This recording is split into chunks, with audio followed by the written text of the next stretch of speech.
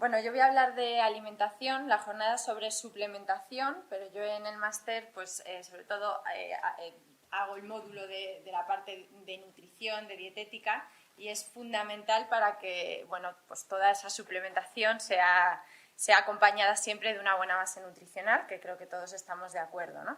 Y sobre todo dejar claro la importancia de que esa parte dietética sea llevada por nutricionistas y sea sea o sea, que haya una buena tutoría del paciente, porque es la parte más complicada normalmente para el paciente, ¿no? Hay que acompañarle muy de cerca y adaptarla mucho a sus necesidades, porque es donde el paciente se tiene que ocupar, sobre todo, ¿no? Al final la suplementación resulta más o menos sencilla, aunque tomar pastillas a veces también es complicado, pero la parte de la alimentación es compleja porque tenemos que adaptarla a nuestro día a día y a los requerimientos que tenemos, ¿no? Bueno, los crónicos suponen, eso ya estamos hablando ya aquí, ¿no? Suponen el 75% del gasto sanitario y el 80% de las visitas ambulatorias, pero pocas de ellas se ocupan de la educación del paciente. Es más, los nutricionistas, que es una carrera sanitaria, no estamos en el sistema sanitario público.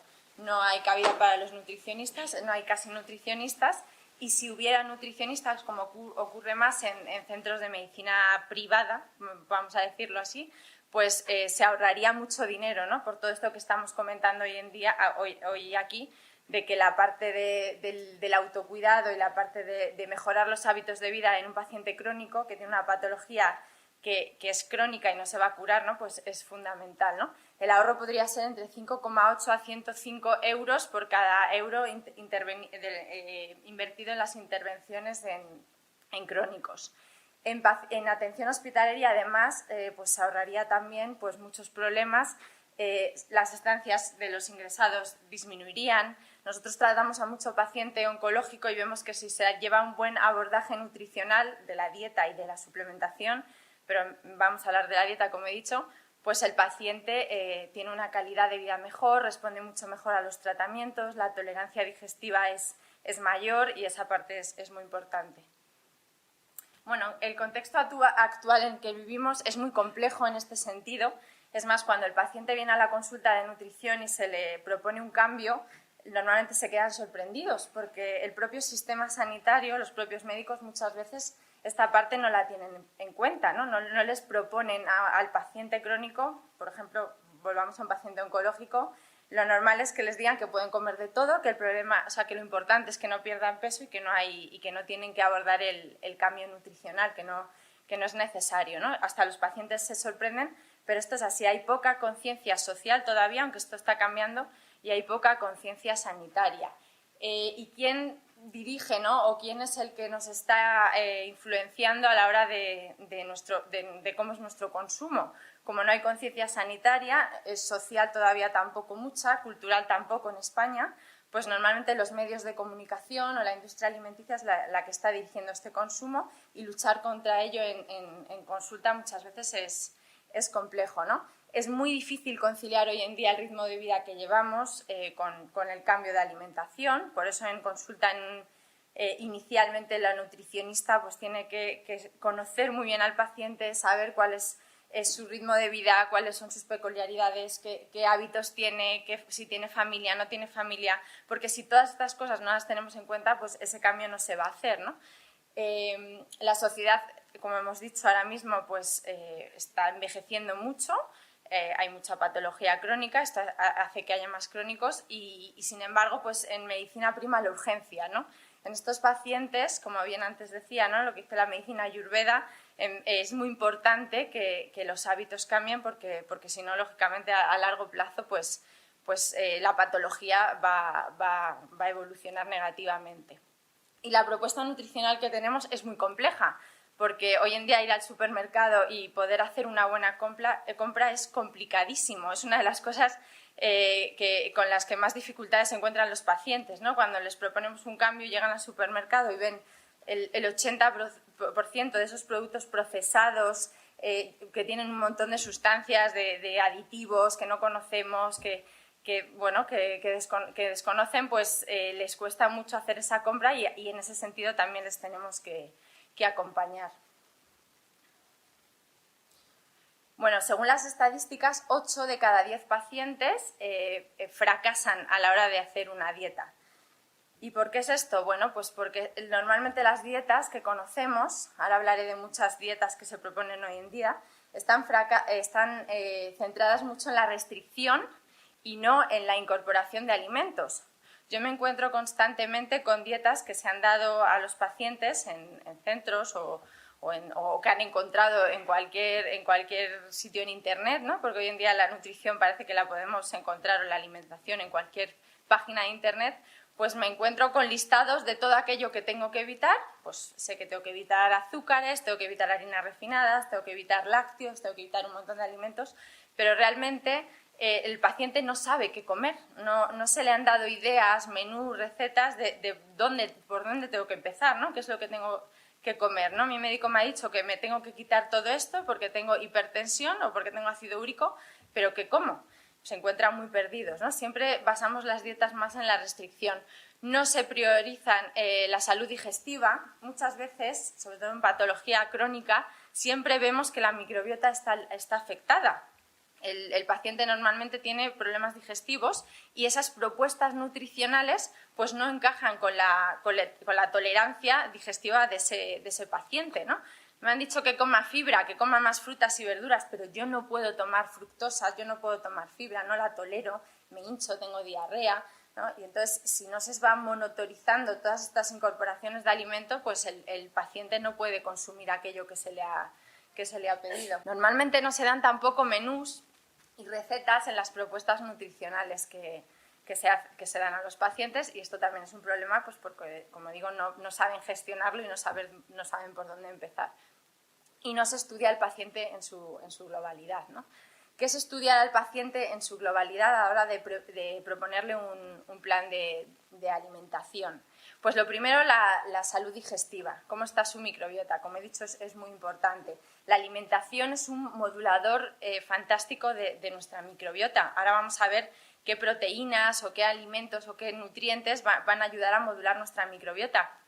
Aparte de la suplementación, si tomamos una suplementación específica para empezar a fortalecer la permeabilidad intestinal, la mucosa y la microbiota, pero estamos consumiendo azúcares, estamos haciendo una dieta desequilibrada en proteínas, ese paciente no va a evolucionar bien, ¿no? La suplementación no va a ser todo lo efectiva que deseamos. Entonces, es una de las cosas principales que nosotros en consulta vemos, ¿no? Cómo está esa microbiota, si tiene candidiasis, si tiene un exceso de bacterias proteolíticas, fermentativas, qué bacterias están en sobrecrecimiento y cuál es un déficit, y la alimentación hay que modularla siempre en ese sentido. Si hay carencia de nutrientes, lógicamente hay que ver pues, cuáles son sus carencias, pero ya no solo en una analítica de sangre, sino en lo que es el entorno celular. Muchas veces no hay una anemia de un nutriente específico, bueno, es lo que estamos hablando aquí, ¿no? Pero hay microdéficits, pequeños déficits que tenemos que modular tanto con suplementación, pero sobre todo con una base nutricional. Y el paciente tiene que entender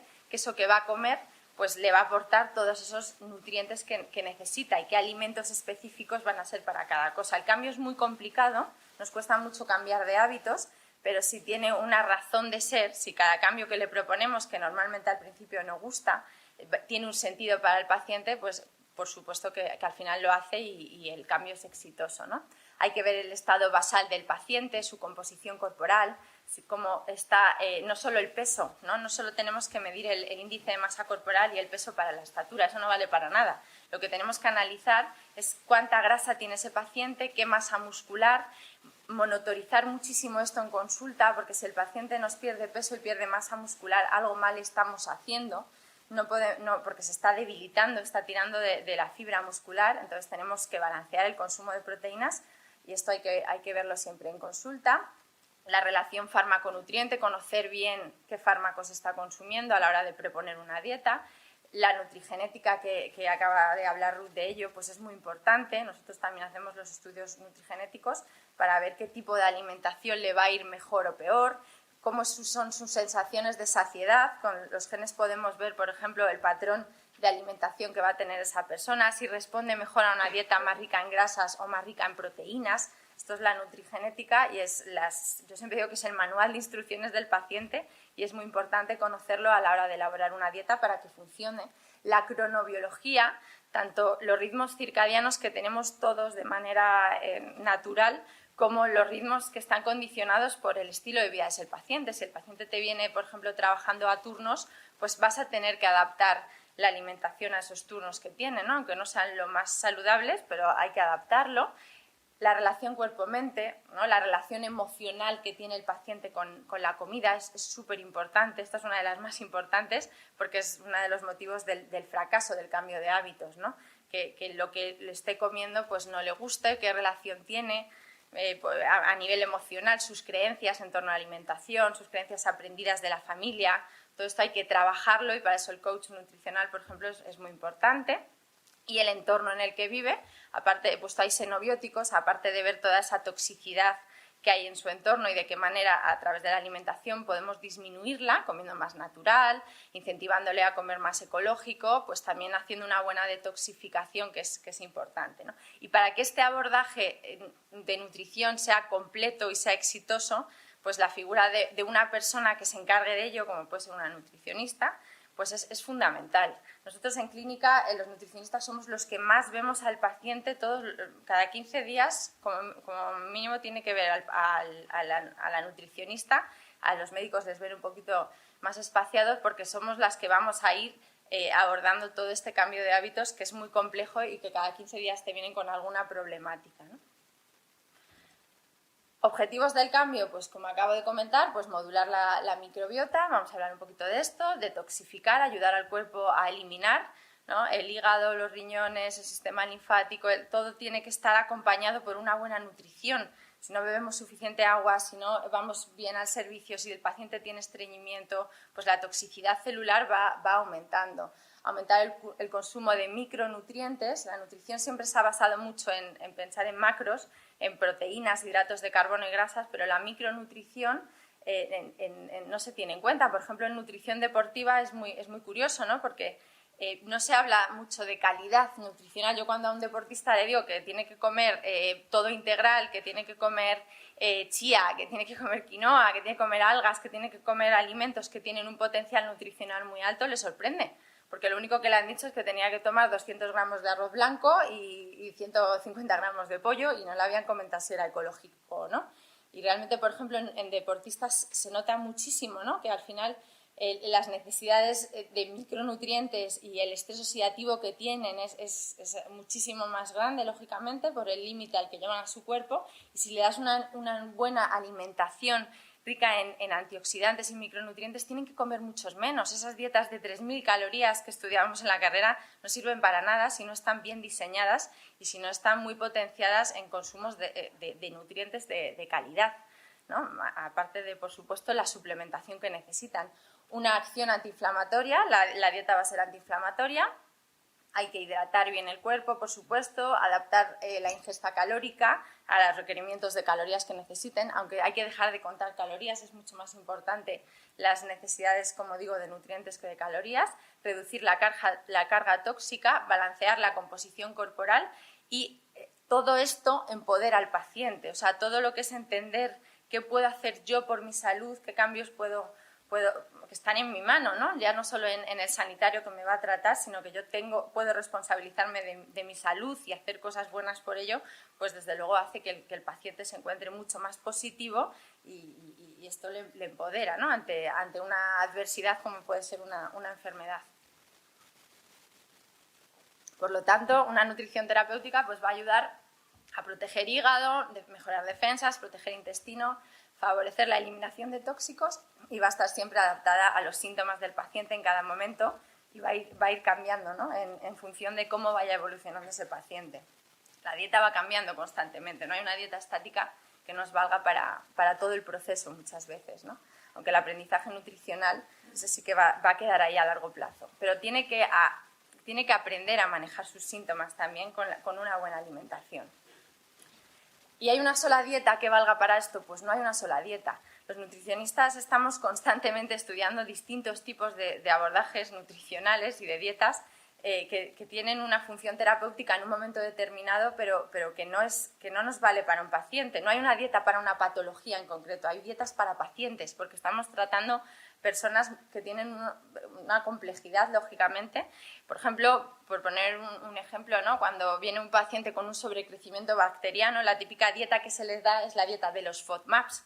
Pues la dieta de los FODMAPs no funciona, es una dieta sin azúcares fermentables, quita síntomas, pero si no hemos valorado si ese paciente tiene una candidiasis, entonces tendríamos que hacer una dieta, además de baja en azúcares fermentable, que sea específica para la candidiasis. Además te viene con hipotiroidismo, entonces tiene que ser una dieta también que elimine alimentos que sean bociógenos, tiene que tener los nutrientes que necesite nuestro tiroides, ¿no? Para funcionar. Entonces, por eso digo que no hay una sola dieta que valga para todo el mundo, sino que tenemos que valorar diferentes estrategias y ver en cada momento, ¿no? Pero la base sí que tiene que ser un plan antiinflamatorio, porque eso sí que nos va a ayudar en general a prevenir enfermedades y a que el estado basal sea óptimo, más luego todas estas peculiaridades que pongo aquí que tienen que tenerse en cuenta. Bueno, como he dicho, en la consulta es muy importante que monitoricemos el estudio de la composición corporal. Aquí he puesto un ejemplo de muchos estudios que se han hecho en un paciente. Arriba vemos la gráfica del peso corporal, luego en verde la masa muscular y luego la grasa corporal. Bueno, pues esta gráfica ha ido muy bien porque hemos visto que aunque haya perdido peso, todo el rato ha estado perdiendo grasa corporal y no músculo, ¿no? No siempre ocurre así, y si ocurre así, pues hay que ir haciendo cambios en la dieta, ¿no? Pero esto es muy importante y siempre debe tenerse en cuenta. Para esto nosotros utilizamos una impedancia bioeléctrica que va midiendo las distintas resistencias de los tejidos al paso de la energía y te hace un estudio como este, ¿no? También se pueden coger perímetros, pliegues, hay muchas maneras de verlo. Entonces, una dieta antiinflamatoria, que como digo va a ser un poco la base, ¿no? del cambio de hábitos o donde tenemos que trabajar. ¿Qué es una dieta antiinflamatoria? Bueno, pues una dieta antiinflamatoria va a ser aquella que asegure un equilibrio entre grasas proinflamatorias y antiinflamatorias. No me va a dar tiempo a explicar todo esto, pero bueno, son los omega 3 y los omega 6, que creo que la mayoría de aquí lo conocemos. Los omega 3 tienen una función antiinflamatoria y los omega 6, que los consumimos mucho hoy en día en nuestra alimentación, sobre todo en productos procesados. La carne, que ya no se alimenta de pasto, tampoco tiene omega 3 y tiene mucho más omega 6, el ácido araquidónico, pues está muchísimo más aumentado en nuestra alimentación el omega 6 que el omega 3 y esto tiene que estar balanceado a partes iguales para que no haya un estado proinflamatorio en nuestro cuerpo.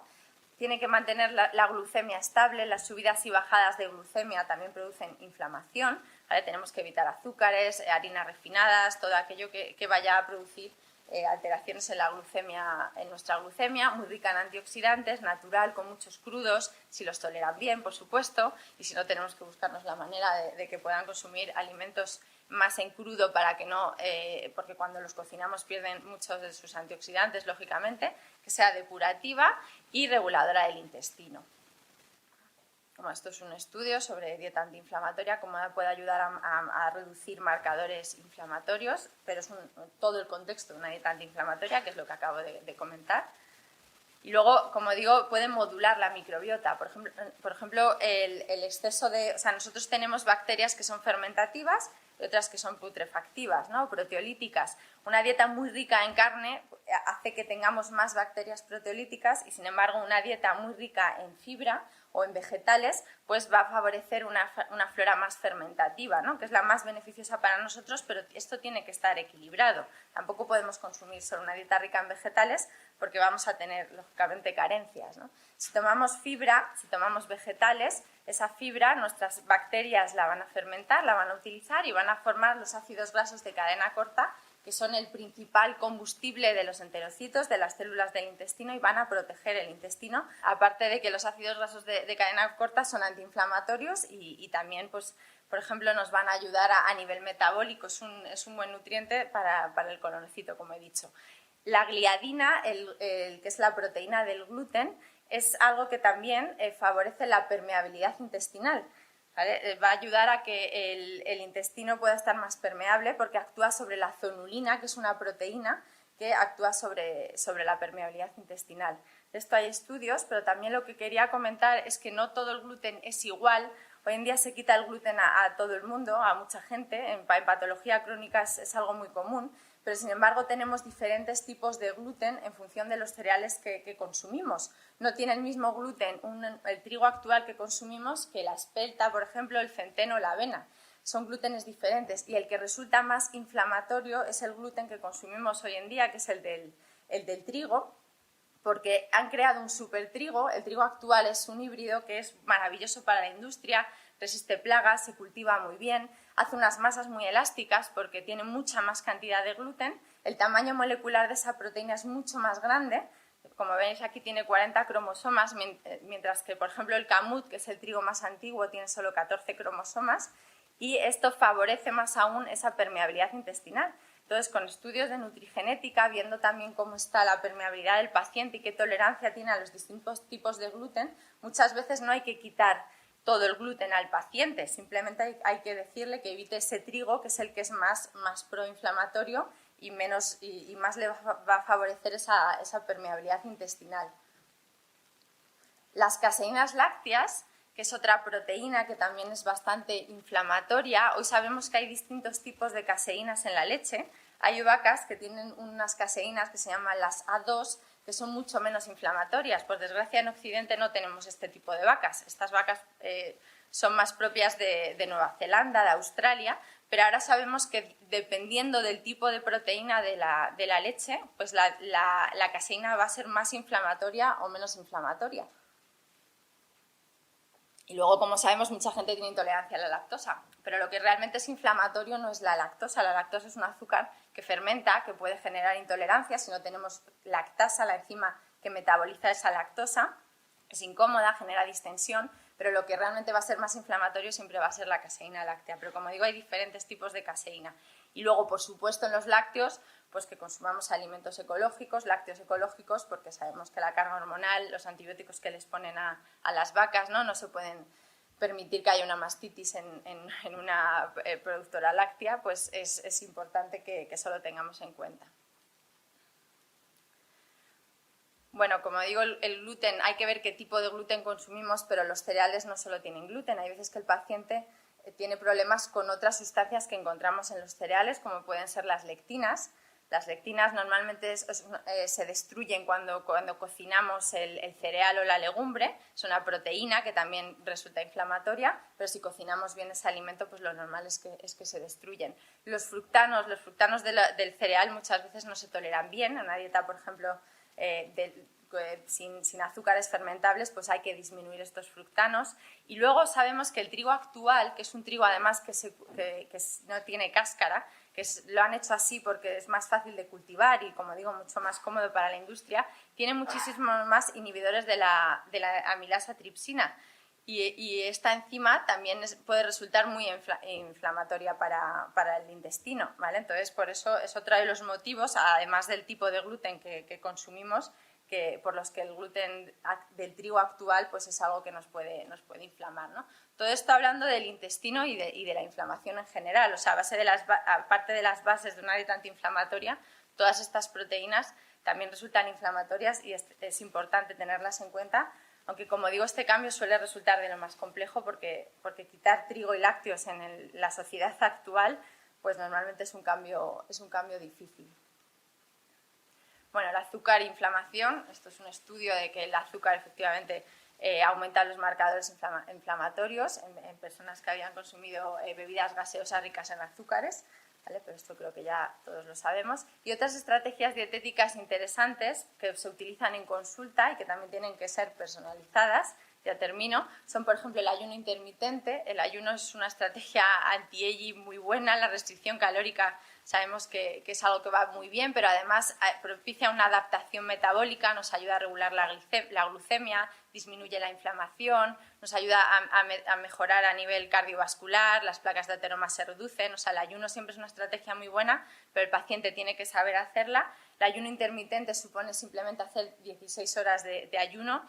Con eso también logramos modular la microbiota. Normalmente no dejamos descanso digestivo a la microbiota y eso hace que tampoco se regenere, que tiene una capacidad de regenerarse muy buena. Entonces, los ayunos intermitentes son estrategias en la consulta que también los utilizamos y son muy interesantes. Y luego, como decía, hay muchísimas dietas. Por último, quería hablar simplemente de la dieta cetogénica. Es una dieta que utilizamos en pacientes con cáncer, también hay mucho publicado en epilepsia, cómo llevar al paciente a un estado de cetosis a través de una restricción total de azúcares y de hidratos de carbono. No tiene esa fuente energética de los hidratos de carbono, entonces el paciente entra en cetosis, produce cuerpos cetogénicos para nutrir a su organismo y como fuente de energía y para nutrir a nuestro cerebro. Sin embargo, la célula tumoral, por ejemplo, no se puede nutrir de estos cuerpos cetogénicos, pues es una dieta, como digo, muy grasa, se aporta un 75% de grasa en esa alimentación, un 5% solo de carbohidratos y un 20% de proteínas, ¿no? Entonces, este cambio, desde luego que es también complejo y que requiere de muchas recetas, muchas ideas, menús, la tolerancia digestiva a veces es difícil y la tenemos que monitorizar, ¿no? Y lo más importante, por supuesto, pues que todo esto vaya acompañado de una buena educación nutricional, como he dicho, muchas estrategias dietéticas, se puede estar horas hablando de cada una de ellas, muchas de ellas muy buenas para los pacientes, pero siempre tienen que estar bien explicadas y bien llevadas por un nutricionista. Muchas gracias.